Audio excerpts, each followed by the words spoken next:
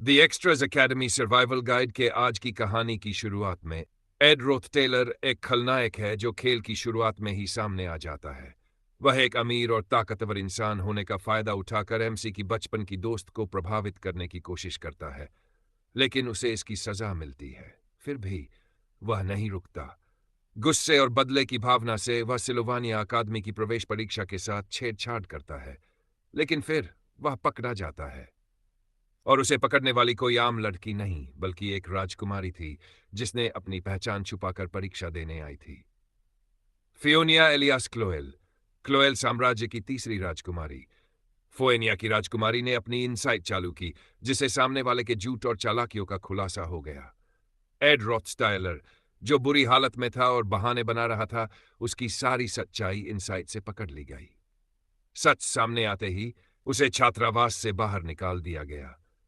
पूरे अकादमी में सब उसे नफरत करने लगे, कोई उससे बात नहीं करता था। लेकिन जब लगा कि इससे बुरा कुछ नहीं होगा, तभी उसकी मुलाकात ऐसे इंसान से हो गई जिसे बचना चाहिए था। तभी किसी की कड़कती आवाज आई, तुम यहां क्या कर रहे हो?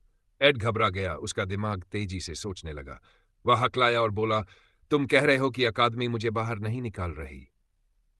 मैं अब भी इस स्कूल की छात्रा हूं, लेकिन फिर भी मुझे हॉस्टल से निकाल दिया गया। उसने दुखी होकर कहा, मैं ज्यादा कुछ नहीं कहूंगी। फिर अचानक वह गुस्से से चिल्लाई, चले जाओ, मैं तुम्हें इस स्कूल में नहीं देखना चाहती। उसने जोर देकर कहा, मैं प्रिंसिपल से बात करूंगी और तुम्हें स्कूल से निकालने के लिए कहूंगी। तुमने गलत काम किया है। तुमने किसी और छात्र को फंसाने और उसका भविष्य खराब करने की कोशिश की है। इसी बीच एक और व्यक्ति परेशान था। ओह नहीं, मेरा खाना जल रहा है। मैं 3 दिन से भूखा हूं, मेरा कीमती खाना। वह परेशान होकर बोला। फिर उसने गहरी सांस ली और कहा, खाना जलना भी बड़ी बात है, लेकिन अभी मेरी जिंदगी ही मुश्किल में है। उसने धीरे से कहा, मैंने सोचा था तुम कम बोलोगी। ये फोएनिशिया की राजकुमारी सच में मुझे निकाल सकती है। क्या राजकुमारियों के साथ हमेशा सैनिक नहीं होते? हैरानी है कि वह अकेले इस जंगल में आ गई।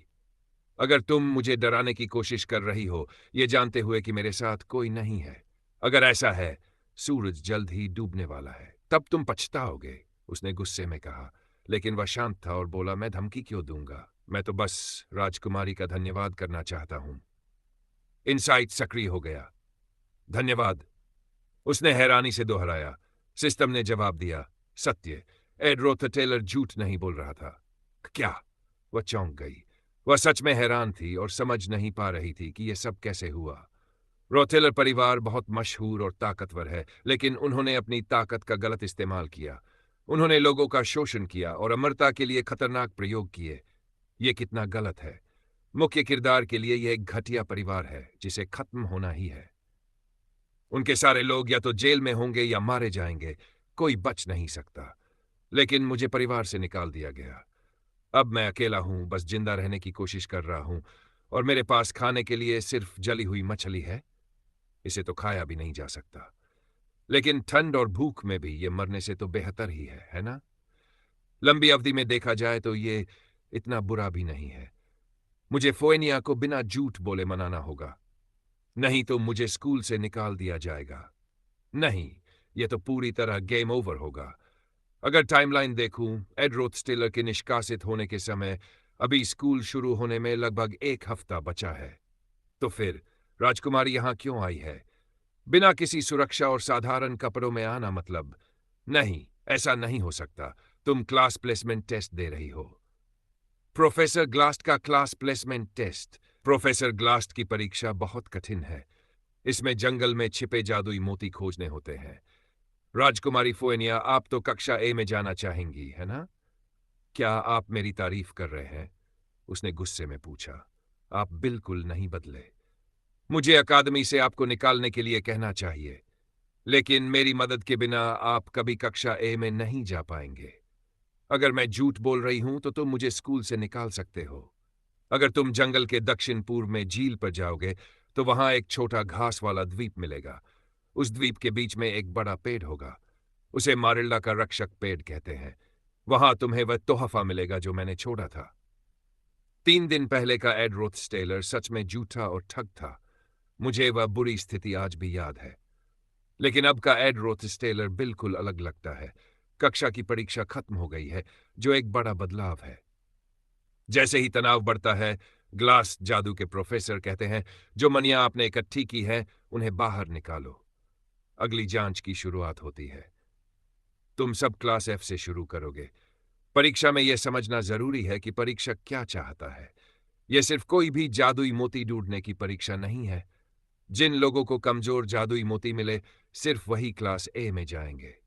सिर्फ 3 लोगों को ऐसे मोती मिले। और आखिर में एक ने मेरिल्डा के पेड़ के पास एक मोती पाया जिसमें बहुत ज्यादा जादुई शक्ति थी। तुम वहां जिसने छिपा हुआ मोती ढूंढा, जिक्स लोरेटेल, तुम कक्षा में सबसे आगे रहोगे। ये शब्द उसके दिमाग में बार बार गूंज रहे थे जब वह नदी के किनारे थका हुआ बैठा था। सब कुछ जल चुका है। अब मुझ में भाला पकड़ने की ताकत भी नहीं बची। जो भी थोड़ी ताकत बची थी, उसे उसने एक साधारण मछली पकड़ने की छड़ी बनाई, एक टहनी को कटार से काटकर, कपड़े से धागा निकालकर और सुई की जगह एक छोटी कील लगाकर। यह ज्यादा मजबूत नहीं थी और यह समझना भी मुश्किल था कि मछली फंसी या नहीं। बनाने की कठिनाई। इसी दौरान तीसरी राजकुमारी फोनिसिया एलियास क्लोएल महल में खड़ी थी। बचपन से ही वह चापलूसी और झूठ को पहचान सकती थी, जिससे उसकी समझ बहुत तेज हो गई। इस ताकत ने उसे एक खास शक्ति दी, जिसे कोई भी बच नहीं सकता। इसलिए उसे सच्ची जानकारी देना ही पड़ा। लेकिन इससे एक और बड़ी समस्या खड़ी हो गई। घमंडी राजकुमारी फियोनिया को प्रेम की राजकुमारी क्यों कहा जाएगा? यह सब तब शुरू हुआ जब वह कक्षा परीक्षा में असफल हो गई। कक्षा एफ में जाना उसकी जिंदगी बदल सकता था। लेकिन अगर फियोनिया, जो शुरुआत में ही कहानी पर बड़ा असर डालती है, सुनहरी मोती ढूंढकर कक्षा ए में पहुंच जाए, तो सब कुछ पूरी तरह बदल सकता है। अगर कहानी बदल गई तो सब खत्म हो जाएगा। अगर मैं निकाले जाने से बच भी गया तो मेरी सारी जानकारी बेकार हो जाएगी। टॉप स्टूडेंट मैं तो गया। हाँ, लूसी मेरिल। शायद भविष्य फिर भी ना बदले। राजकुमारी फीनिया ने अपनी पहचान क्यों छिपाई? उसे शर्मिंदगी महसूस हुई कि लोग उसे अलग तरह से मानेंगे। अगर खुद को साबित करना चाहती थी, सिर्फ मनके को देखकर ही उसने जान लिया कि यह परीक्षा में सबसे अच्छे परिणाम देगा।